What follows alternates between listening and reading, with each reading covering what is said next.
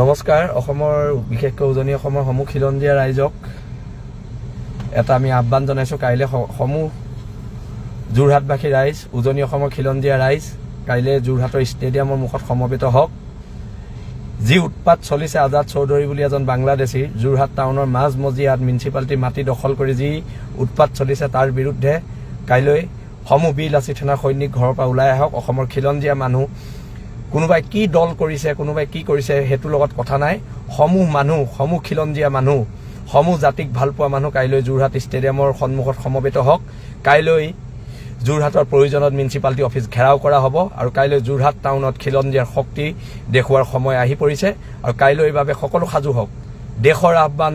জাতিৰ আহ্বান অসম নামৰ মাজনীৰ আহ্বান আৰু এই বাংলাদেশী গুণ্ডাবোৰক যদি আমি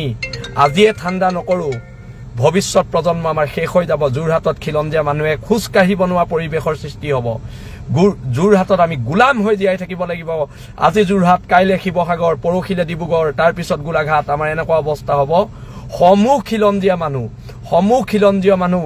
কাইলৈ যোৰহাট টাউনত সমবেত হওক আৰু বিশেষকৈ যোৰহাটৰ খিলঞ্জীয়া মানুহ যোৰহাট টাউনৰ খিলঞ্জীয়া মানুহ আশে-পাশে অঞ্চলৰ খিলঞ্জীয়া মানুহ সকলো কাইলে যোৰহাটত 10 বজাত সমবেত হওক এটো দেশৰ আহ্বান জাতিৰ আহ্বান পুনৰ কৈছো দেশ আৰু জাতিৰ আহ্বান আৰু কাইলৈ বাংলাদেশী কিতাক দেখুৱাই দিয়ক হ'ব পাৰো আমি দুখীয়া আমি তহঁতৰ গোলাম নহয় আঠুকাঢ়ি অধিকাৰ খোজা অসমীয়া জাতিৰ নিয়ম নহয় আছে হেংদাং লোৱা নাই ললে হেংদাং ৰক্ষা নাই পুনৰ কৈ দিছো এই বাংলাদেশী কিতাক কাইলৈ আমি হেংদাং লৈ ওলাম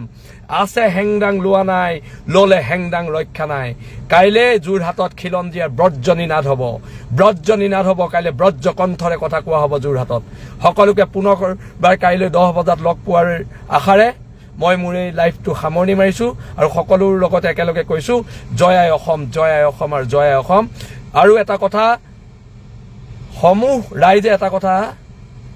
অনুধাৱন কৰক যে দেশ বুলিলে নালাগে আদেশ আৰু নালাগে আদেশ সহ্য হোৱা বীৰ্য হোৱা জাতিৰ নতুন সূৰ্য হোৱা কাইলৈ প্ৰমাণ কৰাৰ সময় সকলোকে আহ্বান জনাইছো হাত জোৰ কৰি আহ্বান জনাইছো অন্তৰৰ নিভৃত কোণৰ পৰা আহ্বান জনাইছো সকলো আহক কাইলৈ সকলো আহক কাইলৈ যোৰহাটৰ ষ্টেডিয়ামৰ সন্মুখত পুৱা 10 বজাত লগ হওক ধন্যবাদ জয় আই অসম।